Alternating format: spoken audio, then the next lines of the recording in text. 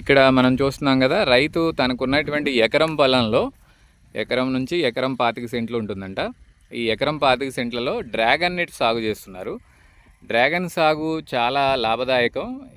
ఇక్కడ మీరు అబ్జర్వ్ చేస్తున్నారు కదా, ఇదిగో డ్రాగన్కి ఎక్కువ వాటర్ అనేది అవసరం లేదు. ఎక్కువగా ఎండగా ఉన్నటువంటి ప్రాంతంలోనే డ్రాగన్ మొక్కను ఉంచాలి. వీటి కోసం సపోర్ట్ కోసం డ్రాగన్ని ఈ సిమెంట్ పిల్లర్స్ వేస్తారు. ఇక్కడ మీకు కనిపిస్తున్నాయి కదా సిమెంట్ పిల్లర్స్. ఈ విధంగా సిమెంట్ పిల్లర్స్ మీకు ఖాళీ స్థలంలో చూపిస్తాను చూడండి. ఇదిగో సిమెంట్ పిల్లర్స్ ఈ విధంగా 3 నుంచి 4 మీటర్ల దూరంలో ఇలా సిమెంట్ పిల్లర్స్ వేసుకోవాలి. ఇలా సిమెంట్ పిల్లర్స్ వేసి వాటికి ఇక్కడ చూడండి ఈ వైర్లు కట్టారు కదా, ఈ తీగలు, ఇలాంటి వైర్లు కట్టాలి. అంటే ఐరన్ వైర్ ఇది. ఈ ఐరన్ వైర్ని సపోర్ట్ చేస్తూ కట్టారనమాట. చాలామంది ఇళ్ళ దగ్గర కూడా పెంచుతూ ఉంటారు కాబట్టి మీకు మ్యాక్సిమం తెలిసే ఉంటుంది. సో మొక్క మొదటి నుంచి మనం గ్రౌండ్ నుంచి చూస్తే మొక్క ఇలా పెరుగుతుంది. దానికి బ్రాంచెస్ కూడా వస్తూ ఉంటాయి. బ్రాంచెస్ వాటన్నిటినీ కూడా పూర్తి సపోర్ట్తోనే పై వరకు తీసుకురావాలి. ఇలా తీసుకువచ్చినటువంటి డ్రాగను ఈ స్తంభాల మీదుగా అంటే ఈ వైర్కి సపోర్ట్ చేస్తున్నాం కాబట్టి ఈ వైర్కి ఇక్కడ మీకు ఇంకొకటే చూపించాలి. అంటే ప్రతిదానికి కూడా ఒక క్లాంప్ అరేంజ్ చేశారు. దాని మీద నుంచి వైర్ వెళ్ళటం వల్ల సపోర్ట్ అనేది నిలబడుతుంది. దీని మీదకి వచ్చి ఇవి ఇలా ఈ సపోర్ట్ వల్ల అటు ఇటు కొంచెం కిందకి ఇలా వేలాడుతూ కనిపిస్తాయి అన్నమాట. ఇంకా దీని మీద మొగ్గ పూత ఏమీ కనిపించడం లేదు. ఎక్కడైనా ఉందేమో చూద్దాం ఒకసారి. ఎస్, మీరు చూస్తున్నారు కదా, యాక్చువల్గా ఏంటంటే వీటి మీద కలుపు అనేది రానివ్వకుండా చూడాలి. ఈ కలుపు అది రావడం వల్ల కొంచెం డిస్టర్బెన్స్ అది ఉంటుంది. ఈ మొక్కలన్నీ చూస్తున్నారు కదా. ఎస్, మనకి ఇక్కడ కనిపిస్తుంది చూడండి డ్రాగన్ ఫ్రూట్. ఎస్, చాలా అంటే చాలా బాగుంది డ్రాగన్ ఫ్రూట్. ఇలా వస్తుంది.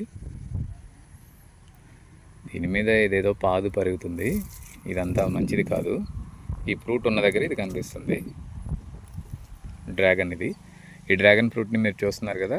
సో ఈ విధంగా మొత్తం మొక్కంతా కూడా ఫ్రూట్స్, విపరీతమైనటువంటి ఫ్రూట్స్ వస్తాయి. చాలా అంటే చాలా బాగుంటాయి. ఇది ఒక చోటే కాదు, ఇదిగో ఇంకొక చోట కూడా మనకు డ్రాగన్ కనిపిస్తుంది. ఇంకా పెరగలేదు అది.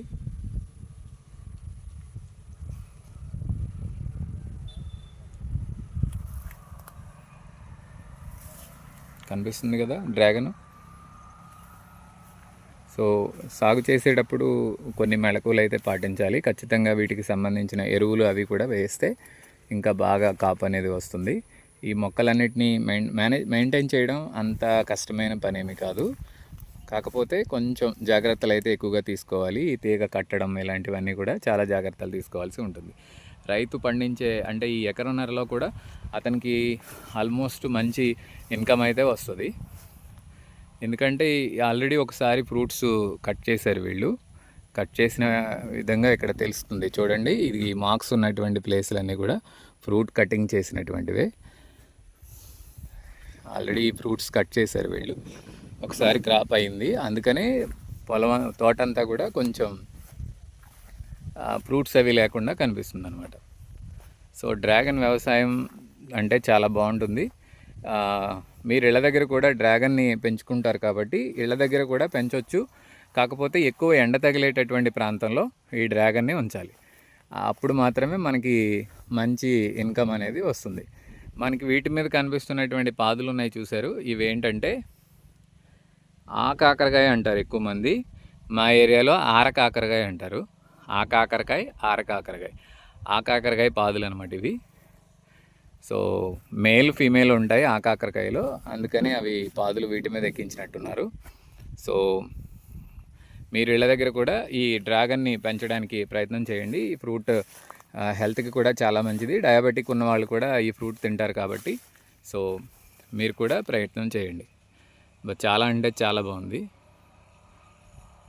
పొలం అంతా కూడా వాటర్ అనేది ఎక్కువ అవసరం ఉండదు. చాలా తక్కువ క్వాంటిటీలోనే వాటర్ అనేది అవసరం అవుతుంది కాబట్టి డ్రాగన్ సాగు అనేది చాలా వరకు పనిచేస్తుంది.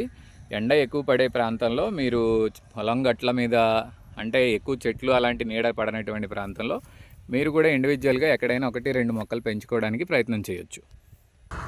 ఈ ఫ్రూట్ యొక్క కాస్ట్ బయట మార్కెట్లో కూడా చాలా ఎక్కువగా ఉంటుంది. ఇదివరకట అయితే మరి ₹100, ₹120, లేకపోతే 150, 180, 200 అలా కూడా చెప్పేవాళ్ళు.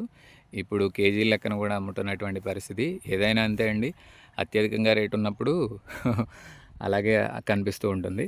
ఇక్కడ కూడా ఒక డ్రాగన్ కనిపిస్తుంది చూడండి, అదిగో ఈ లోపల ఉంది. వీటి నిండా ముళ్ళు ఉంటాయి అన్నమాట. ఇవి కొంచెం జాగ్రత్తగానే హ్యాండిల్ చేయాలి, లేకపోతే ఇవి గుచ్చుకుపోతాయి. సో డ్రాగన్ ఇక్కడ ఒకటి ఉంది. వీళ్ళు ఆల్రెడీ కట్ చేసి పంపేసినప్పుడు ఇవే చిన్న పిందలై ఉంటాయి, అందుకని ఇవి కొయ్యలేదు. సో చూస్తున్నారు కదా, చాలా అంటే చాలా బాగుంది. ఈ ఒక వరుసకి ఇంకొక వరుసకి మధ్య 2 నుంచి 2.5 మీటర్లు గ్యాప్ అనేది తీసుకోవాలి. ఈ 2.5 మీటర్ల గ్యాప్లో ఇవి నాటుకోవాలన్నమాట. అలాగే స్తంభాలు కూడా 2 నుంచి 2.5 మీటర్ల గ్యాప్లోనే ఇది అరేంజ్ చేసుకోవాలి.